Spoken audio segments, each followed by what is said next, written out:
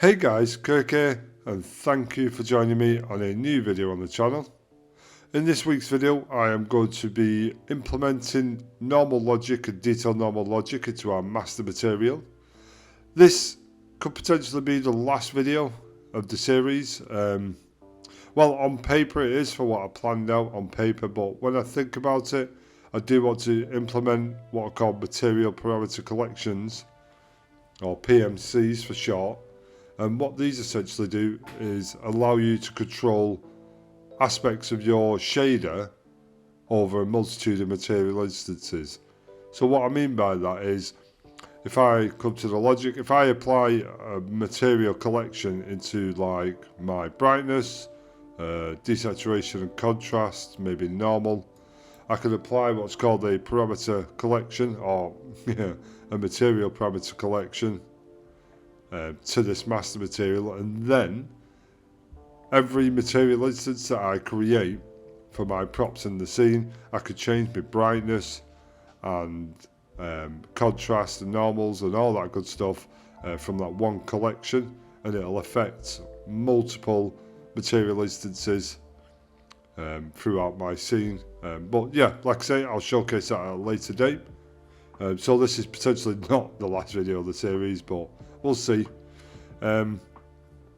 Okay, like I say, in this video I want to sort out our normal logic. As you can see here, we're just using a flat and normal node with a 1- which inverts it, but I want to create proper normal logic and add detailed normals in here as well for more fidelity in the asset. Obviously last week this video was meant to come out, but I had a sore throat, so apologies for that. Well, at the time of this video anyway, I had a sore throat. I'm over it now. I still get a bit of quirky voice, so if you hear anything like that, I apologise. But yeah, after this video and after the Master Material series, I will be heading over to the Build Worlds series again, and starting with implementation of foliage. Now I'm using 5.1. The foliage should work really well with nanite, but I'll showcase that in a couple of videos time. Okay, so like I say, I want to implement the normals for this. With a flat and normal node, what this is essentially doing is flattening the normals. So if I get a lerp and then hold 3 on the keyboard and get a constant 3 vector, put a 1 in the blue channel, this essentially makes it a flat and normal, because it's just a blue colour. When my normal texture comes in, that will go into the B input, and then off the alpha you could get a scalar parameter, and that's what controls your normals, like that. And you're just scaling between the flat normal and your actual normal. I don't know why I've just showcased that. Actually, if I just open the flat and normal function, you'll see the same thing here. You'll notice the flat and normal vector 3 node is in the B input, and I put it in the A. As you can see here, I'm using a 1- node, and this is essentially just flipping that. So in the flat and normal function, with that being flipped on the outside of the function, it's now switching between A and B. So there's more normal, and then it goes to flat. It starts at flat, and then it goes to more normal intensity. But with the way I built this, it'll just start at a flat normal and then increase the amount of normals, because I've just swapped the inputs around, just like you could do here, just like this. You could just simply do that, and it's no longer a flat and normal node. Function, sorry. Okay, so that's enough of that. I want to create our own bit of logic for this normal, so we can apply detailed normals in there as well. I think I'll sort the texture sample out first for the detailed normal. So at the minute our textures are using a set priority of 10, so this should be 11, 12 and 13. You can see the set priority. And I'm going to create a new one, so I'm going to duplicate this one. We'll get rid of the underscore and 1, and then just call this detail. normal. And then we just need to duplicate this texture sample as well, and this could go in here, like so. And for that, I could just simply use that as well. And now essentially, this texture object just tells the preview not to worry, not to throw out any errors. With the detailed normal UVs, you need to have separate UVs. I mean, I could come in here and then into my logic for the detailed normals and just create the stuff here if I wanted to, and then create a fresh output and all that, but I'm not going to do that because the video will become very long. But feel free, if you've followed this along from the start, then you should be familiar with this. Just come in here and create your logic here and give it a new output like that and call it detailed normals. Then after you've done that, you would have to create that functionality here as well, but you should know that, like I say, you've been watching the series. And then you would also need to create a secondary output here as well, because the output will come out of the logic bit and it'll go into a new output, and that would filter out through here. But for the sake of this video, I'm just going to do the logic here, but feel free to copy it if you followed the series along and put it inside your tiling parameters. Logic. Okay, so I'm going to hold M on the keyboard and left click, get a multiply node. Then we're going to hold U on the keyboard and get a texture coordinate node. Just plug that into the A input of our multiply. Hold S on the keyboard and get a scalar parameter. And I'll call this detail normal amount. This is just, I'm doing it this way just to showcase on our master material how to do it. Like I say, you could go through the UVs here and then you could just draw off that straight into the UVs, like so, if you wanted to. I wouldn't put it through the bump offset with detailed normals because it'll just mess it up. So it's always just good just having a separate one here. And I'm using a scalar parameter, like I say. I could come off here and get an input function or function input, but I'm just going to do it for the sake of this video like this. I'm going to put that into the UVs there. We'll click on here. I'm going to give this a default of 2, then 0, 1 2 3 4 5 zeros and a 1. That value is the absolute minimum value before it goes to 0. So I always utilize that if I don't want to go to 0, but I want to go as small as possible. And then a maximum I'm going to set as 10. Don't keep in mind, guys, this is detailed normals. This is no, that's not.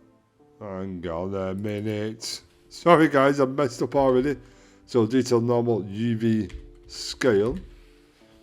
We need to set bigger values here because these normals need to be small. So I'm going to set this much higher than that.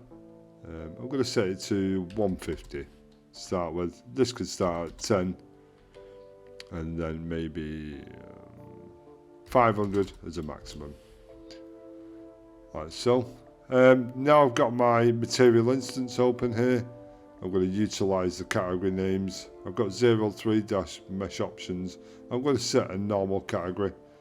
So under here in the group, I'm going to put 04-normals, like so. And now set that group. I'm going to set this at 0 for the UV scale, like so. And now our actual texture is set up for our detailed normals.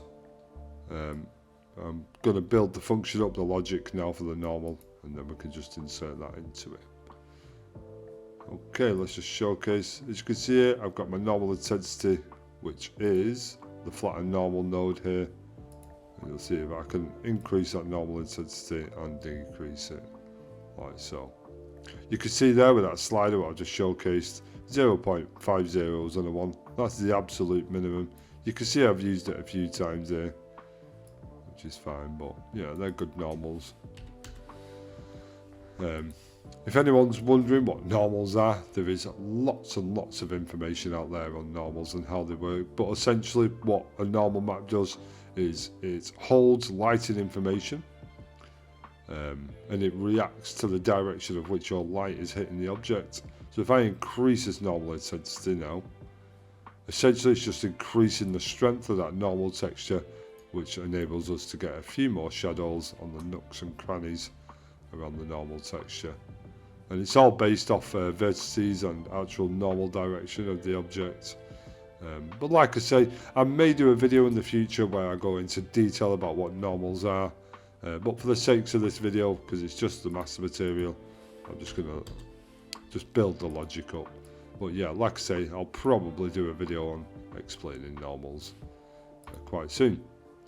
Okay, so now we've applied our texture sample and its UV coordinates. I'm going to create the actual function itself. So I'm going to come to my my mesh master folder. This has got my master functions in it and all that good stuff. I'm going to right click in here and create a new folder and just call this normals. I may sound a little different on this video, guys. I have got a different microphone now. It's set up quite well, to be honest, so hopefully it sounds better. If not, feel free to leave it in the comments below.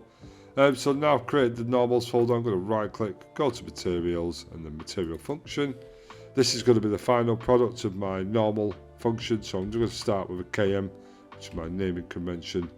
If it's not the final product of the function and it's just a test, that's simply in lowercase type test, then dash whatever it is. But if you've been watching the series as a whole, you should know that by now. So KM, my naming convention, just going to call this normal logic. We're simply going to keep it highlighted, then left control the D and duplicate it. I'm going to press the right arrow on the keyboard and get rid of the logic bit by deleting it, and then just call this params. This is the same workflow we've used throughout the series, so you should know this by now. Okay, so normal logic. Pardon me guys, bit of a croaky throat still.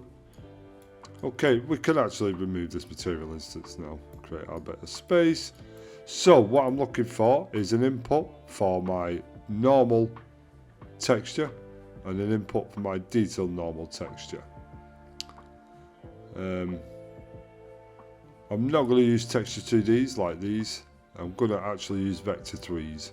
So I'm just going to right click and type input and get a function input, and it's already set to a vector 3, which is great. And now I'm going to call this normal texture, like so. I'm going to right click, get a new material function input, and we'll call this detail normal texture, like so. We don't need to use preview for this because it's just coming from a texture sample, so we don't need to use a preview for this, otherwise you'll need a texture 2D and all that good stuff. So now we've got a normal input and a detailed normal input for our textures. What I want to do now is build up the logic for our normal. The way we're going to do this, how should we do it? I'm going to increase the red and green channel intensity of our normal texture and just leave the blue channel set as a vector 1, set as a value of 1. This will increase, like I say, the texture, a normal texture itself is blue, so when you increase your red and green channel, it just matches the value of 1 in your blue channel, and that's the way we're going to do it. So I'm going to drag off here, type in component, get a component mask, or you could press Shift and C, it gets your component mask as well on the keyboard, and we'll just do that. And what I want to do now, I've got my red and green channel in that component mask, which is fine. In this one though, I just want to expose my blue channel, so I'll uncheck red and green and check the blue. Like I said, I want to increase the intensity of our red and green channel, so I can do that with a multiply.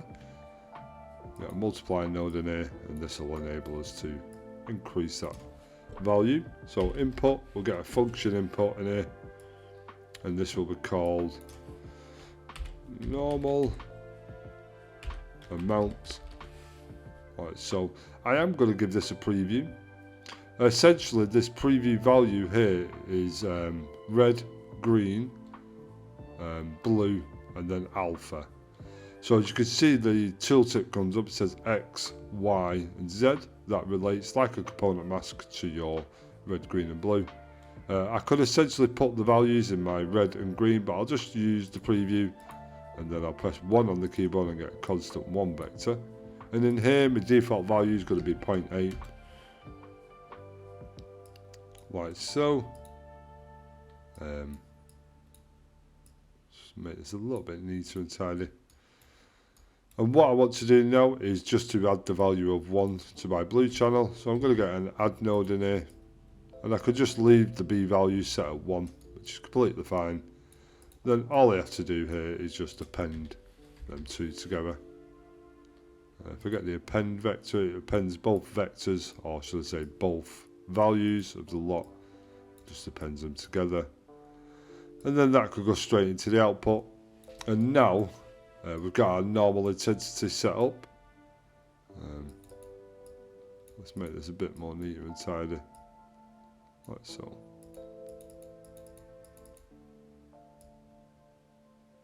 Like that. Now it looks a little bit more organised.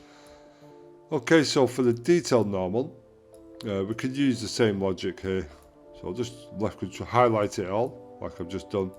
Left control and D. We'll, like I say, use that same logic. I'll change this name from normal amount to detailed normal amount. Detail normal amount. And we could just simply connect these up like that. Dead easy. Like so. Okay, so we need a way to blend our detailed normals and our normals together. There is a couple of videos online about how to blend these properly and efficiently. There is quite a popular video out there that has showcased it, but there was no real need to, because for quite many a year now, Unreal Engine or Epic have had blend, angle, corrected normals. And essentially what this is doing, it'll blend this logic together using a multiply node for each vector, and then it'll grab that vector information using a dot product, which grabs the length, and essentially it just blends them together, and then you multiply them again and then divide. That's essentially what this blend angle corrected normals will do. There's no real need to do a tutorial on it, because this blend angle corrected normals, look, if I open it, you got your append and then your dot products getting the vector length, and then you're multiplying that with the blue channels together and then subtracting both from each other, which keeps you in the range. Okay, so like I said, there's no real need for them kind of videos, so we'll just use this blend angle corrected normals. We just simply put our normal amount into the blend normal and our detailed normal texture into the additional normal. All the time you might not want to use detailed normals, so we'll create a switch in which we can choose whether we want detailed normals or not. So we'll just right click here and get a static, just type static, and you want the static switch there. And this is essentially a boolean, and it's a true or false statement, as you can see on the node itself. So I'll get an input function. I'll get a function input, like so, and you'll see it's set to a static bool already. And this could be enable, if I spelled it right, oh I did, enable detail normals.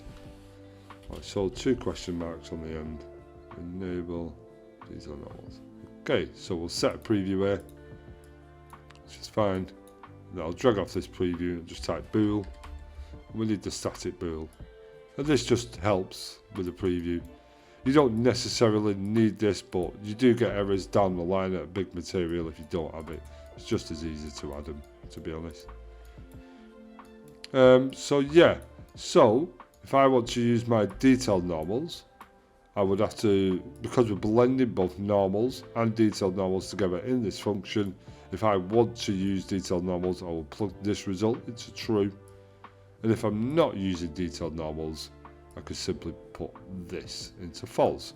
So essentially, we're going to use this logic if the input is false, and if it's true, we'll use both sets of logic through this blend angle corrected normals function. And then from there, we can simply just drag that into the output result. We'll just make this look a little bit more friendly, like so. Okay, so we can hit apply. Oh, wait there. Hang on. That was search, not apply, but it doesn't matter. So this, I'm going to set the priorities into what order I want them on the function. So this is a normal texture. I'll leave that at 0 because I want that right at the top. And then my detailed normal texture, I'm going to set this to 1. And then the normal amount can be 2. This can be 3. And the boolean can be 4. If we hit apply now, just let that save. Then we'll leave the logic open for now because I feel we're going to need it. I'm going to open the other function we created, the normal parameters. We open that up. You see it's just the same kind of thing, a material function. And then the normal logic we've just been working in, simply drag that inside there. And then we can connect that up.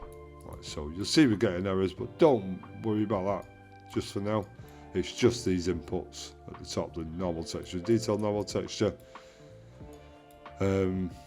So instead of creating 2 more function inputs, which could just highlight these 2, the detailed normal texture and the normal texture, we're going to left control and C so we can copy them. And then we can come in here, click anywhere and paste. We essentially just need these 2. Which will expose outside of this function as well. So we plug that into the normal texture, and this one can go into the detailed normal texture. Like so. We need a normal amount now. So if we right click on here, promote to a parameter. I'm going to press right on the keyboard and get rid of the S in parentheses, or brackets should I say. This is our normal amount. We can set our default values. For this I'm going to set a 1, then 0.12345 as a minimum, and I'm going to actually give us a little bit of leeway and go 1.5 here, and like so. And then the same for the detailed normal amount. Just right click on the input of your function and promote to parameter, like so. The default on here I'm going to set as a 0.8, 0.12345 and a 1, and the detailed normal I'm actually going to increase to 1.7. Like I say, just giving us that little bit of leeway when messing about with our normals. And then we've got enable detailed normals. We're going to set this up like so. If you're wondering how I'm doing that, guys, I'll delete it again. Simply right click, promote to parameter, and when the function, the parameter appears, you'll see it's highlighted in blue. On your keyboard you have an up, down, left and right arrow, which is normally next to your numpad. If you just press the right arrow, it'll get rid of the blue bar and it'll leave the cursor at the end, and you can just press backspace or delete. Probably best with backspace and not delete, and then it'll get rid of that B, which is just indicating it's a boolean. And there you go. What I am going to do, I'm going to fly in here now, and where we created this detailed normal UV scale, I'm going to copy this group, left control and C, and you can see I've set the priority of the UV scale at the top. If I come back, we don't actually need this, so I'm going to save it. We don't need the logic now. And in here, I'm going to highlight all of these 3 scalar parameters and just put that group in there. So we've got the UV scale at the top. Let me think. I'll tell you what I'll do. I'll come back to the logic. I'm going to change this to a 1. And then the enable detailed normal, I'm going to set this to 0. And what this will do in the material instance, it'll enable this switch to be right at the top of the group, so everyone can see it. So we've got 0, and then this one is 1 in the set priority, and then for normal amount I'm going to change that to 2, and detail normal amount I'll change to 3, and that is that. We're going to hit apply there now and save. Always save your work, and we need to now drag our material function in here. I can go ahead and get rid of these and delete them now. Don't need them anymore. If I just get this normal parameters function we've just been working in, just drag that in there, and you'll see our function is nice and ready to use. Just correct the size of these because they're a bit funky. Right, so I'll also raise this up a little bit. That'll do. Looks a bit better from distance. Anyway, let's get these texture samples plugged in. You can see this is our normal texture. We just simply plug that straight into our normal texture input, and our detailed normal texture, which is here. We just get the RGB and plug that into the detailed normals. And then I'll drop a little pin in here so they're a little bit more organised.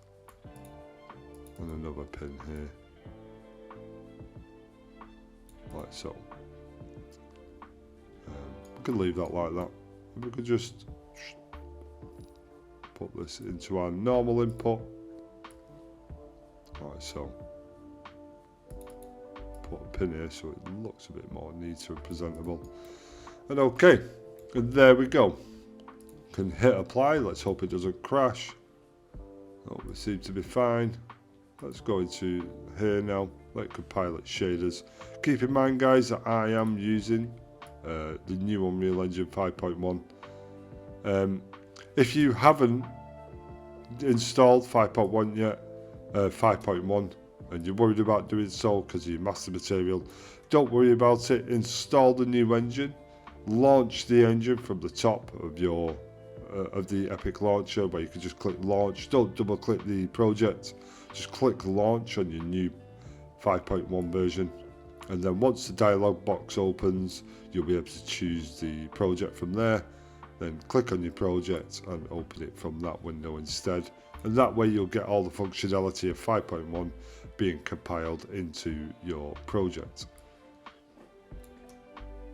Okay, shall we test this out? So I'm going to click on there.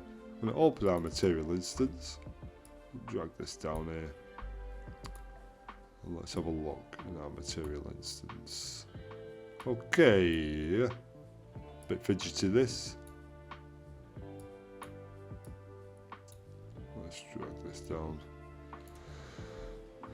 Okay, so now you see we've got mesh options, color brightness, contrast, desaturation, metallic and roughness, and now we've got normals. 04 normal category, we've got enable detailed normals at the top here, and we've got our normal amount.